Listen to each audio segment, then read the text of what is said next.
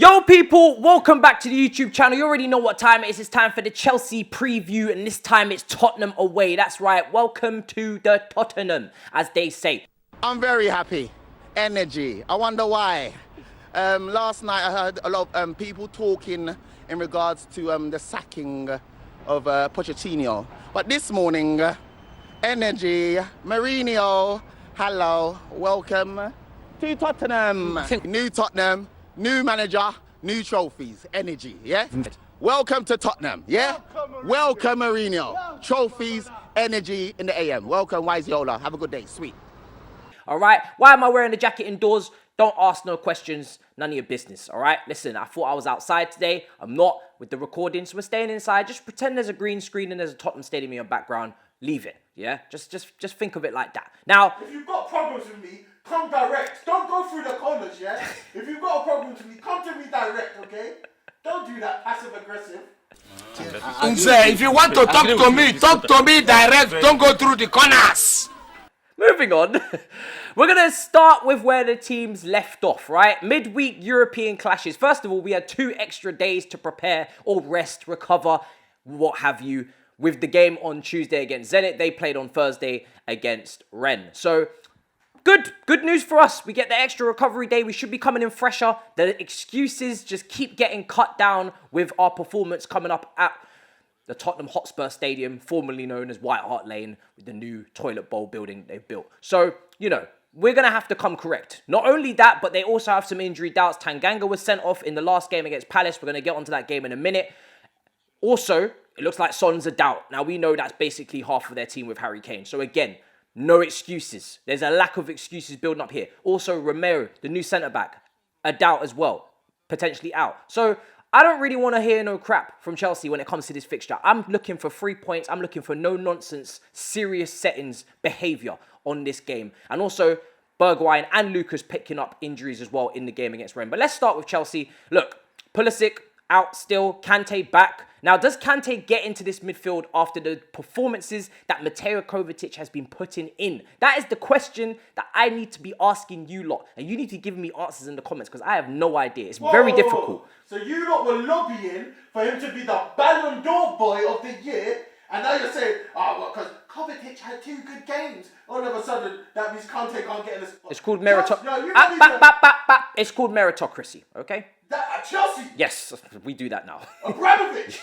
Listen, Meritocracy, come on. Shut up. We're going to get onto your team in a minute because there's some things that I don't think you've heard today. But Kova, goal and assist against Aston Villa. Brilliant performance against Zenit. Some people's man the match. And Jorginho came on against Aston Villa for Saul Niguez. Again, brilliant performance. Came, controlled the game in the second half and then was good against Zenit. So that pivot is doing wonders. And can I flash back? Can I cast your mind back to the win at Tottenham last season? Tuchel, again at the Toilet Bowl. He won by 1-0. And who was the pivot?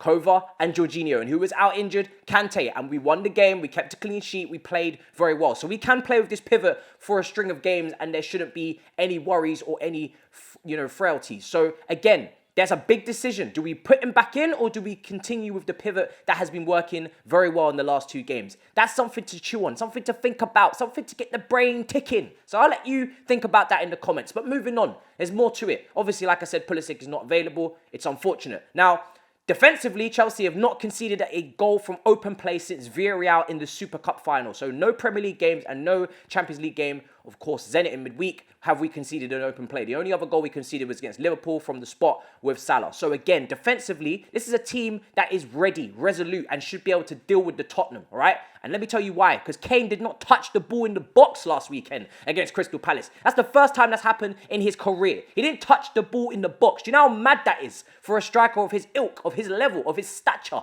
of his brilliance? I am expecting a clean sheet in this game. I am expecting... I'm dressing him up because you should have had him. You should have had him. Look how... Calm it down. Calm it down. Chelsea didn't even make one inquiry for him. We didn't need him. We got Lukaku. Stop. Anyway. Sound like Jesus. Anyway, salty. Anyway, so as I was saying, Tottenham offensively this season have not really been very good. You know, they've scored 3 goals in the league and they've conceded 3 against Palace last weekend in the 3-0 defeat to Palace, yeah? So that's 3 goals conceded, 3 goals scored. That's a 0 goal difference. The other wins, the 9 points, they're all 1-0 wins. They're not great going forward. They lack a bit of creativity. Ever since they sold Eriksen, they never really captured that creativity back in their team. And the guy who's meant to be replacing him, meant to be given that creativity, he's got attitude problems. I don't know if that's kissing his teeth to Nuno or that's doing what Danny Rose did with Mourinho in the Amazon documentary. I don't know. But Ndombele is not in this team consistently. He played in midweek, which kind of gives me a hint that he may not play against Chelsea. He was good. Nuno praised him, but will he be back in the team? I don't know. Hopefully they go with their three defensive midfielders again, Skip, Winks and Højbjerg. If they go with that, that is just toxic. Toxic. The fact that you just said those players... Toxic. Outside of Højbjerg, the fact that you just said those other two as starting players is heartbreaking. I feel bad. Shout out to Tap and Toes. Yeah. Shout out to Fuad. Toxic, right? That's a toxic midfield. Very negative, very, very passive.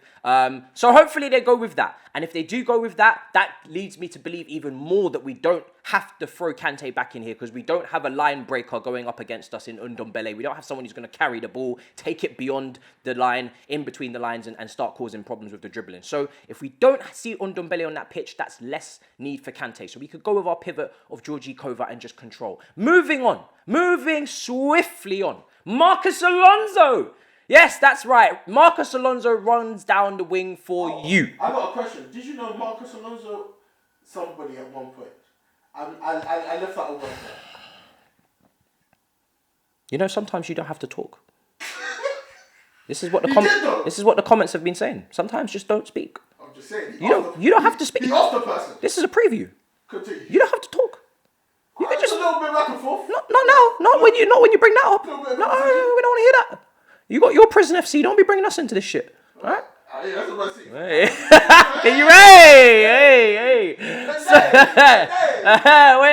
Hey. So, Marcus Alonso, brilliant record against Tottenham. Scored 2 goals at Wembley in the win in 2017. And also the goal that won it as well under Frank Lampard at home in 2020. So he's got a good record against Tottenham. So even though the performances have kind of been dwindling down a little bit from the brilliant start against Palace and Villarreal, he's got a record against Tottenham. So again, in the comments, I want you to let me know. Do you bring back Chili B?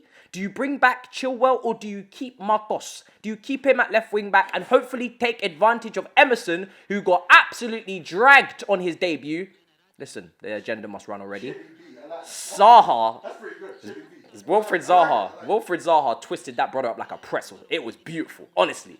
Emerson on his debut was looking ropey. So if Marcus Alonso could just do that ghosting thing that he does around the back post, we could have a field day, people. So let me know who you would start at left wing back. That's contentious. Okay. Now, also, moving on. The front three. It's not been looking too pretty. It's not been looking too good. It's not rosy in the garden. Ziyech and Mason Mount didn't drop great performances against Zenit. I'm not going to lie to you. It was a little bit of a horror show. So does that mean they continue to get another opportunity to play? Or do we roll in the young protege who's not looking so young anymore and the hype is starting to die if we don't start to use him this season? A certain Hudson-Odoi. That's right. Does he get the opportunity to play in this front three? I've been waiting, groveling, screaming, screeching, hoping, praying for this brother to at least get one opportunity in this front three to start consistently for just a string of games. Let's just see what he can do. Maybe. Tammy Abraham 2.0. Stop talking. Let's just stop. We're done here. The back and forth is over. I'll talk to you at the end. Hudson-Odoi, Lukaku, Havertz. Could we see it? We haven't seen it before. Again, I don't like to see all this rotation and, trial and error type kind of stuff. We've been here a while now. I would hope that we would know our best front three, but we don't, okay? We don't. Now, the two establishing partnerships that I've seen this season, Mount and Kai, we've seen a bit of them together. Havertz and Hudson-Odoi have a little bit of a chemistry as well. We saw that away from home to West Brom last season where they linked up for the goal and a few other times as well. And Werner and Ziyech also have a chemistry and a partnership that I would like to see with Lukaku at some point, if possible. But it's up to you. Do you really believe that Ziyech deserves another chance after 2 games on the bounce, dropping clangers? I don't know. But Werner, Ziyech, it does go well together. It's like rice and chicken. Do you know what I mean? It just works. Do you know what I mean? It just works. Stellar combination. Thank you. Very much works. Depends how you season it now. But we season it with Lukaku and that brother is on fire. You know why? Because he's exceeding his XG. And I'm telling you, this is looking very similar to when Son and Kane were exceeding their XG for Tottenham. We're doing it with Lukaku. He's not even getting chances. This brother's like just scraping the bottom of the bowl. You know what I mean? He's just taking up the rice grains under the door. That's what he's taking right now. And he's putting the ball in the back of the net. But it's not sustainable. We need to start creating more opportunities. But we have a similar issue that Tottenham have, which is creativity. So let's see if that can be rectified and refined in this match. Let's see. Okay. In terms of anything else that I had to say, well, Tanganga got sent off, so you know he's not available. And also, like I said, they've got other injury doubts as well. But moving on, very importantly, before I forget, a certain Manchester City. What about you? Well, this is for the end clip. So we'll just do that thing that we do. Well, you should say, all right, thank you for watching, goodbye. Oh, wow. I just went like, all right, well, goodbye, guys. On to the next bit. Go ahead. Talk to me. Manchester City, right? Kevin Palmer, who's in your supporters group, I think he's in charge of his supporters group, is beefing with Pep Guardiola because Pep Guardiola at the end of the Leipzig game said, we need more fans to come to the ground against Southampton at 3 p.m. because you didn't sell out your ground because you got no fans. And then your supporter group was like, don't you dare talk to us like that. We've been going for 60 years, travelling up to Oldham and shit like Big Steve. And now he's all up in his feelings. And Pep was like, if you don't like me, I can walk. I can leave. I can leave, bitch. Moving like Little Naz at the Met Gala. I don't know who this brother Free is, costumes and shit. but we would much sooner get rid of him than we would Pep. Okay, Whoa. Well, do you know what? I ain't trying to start beef for the Man City community. I don't know what's going on up there, but God bless to everyone. Let's sit down for some tea, have some crumpets, a little scone if you would. I don't think they have that in Manchester. No? Well, okay, lager and meat pie. I don't know. Let's figure it out. Let's be friends. Let's love each other. It's all good. Oh, man, I am waiting for the day where Pep walks and we just bring City back down to where they should be, you know? Dueling with Peter Crouch for Champions League football on the last day of the season. Anyway, people, make sure you smash the likes. Make sure you let me know your team. We're not Chelsea. We are literally more successful than you. No, Make sure you leave comments down below on the team that you would put out. Again, this is a big game, okay? I remember going to Tottenham away. It was my first away game. 2-0 under Lampard. Willian got double. This is a big game for us. Opportunity to get one over the rivals. That was a long time ago. It was. Willian was good. He was never good. But anyway, it's an opportunity to get one over the rivals. Let's make sure we collect serious season W settings only, people. And I will see you next time. Make sure you're subscribed as well because we are broke. In a bit, people. Peace. He's not joking. He was literally talking about scraping the bowl of the rest. This is real life problems we're bringing into the show. They think it's just comedy.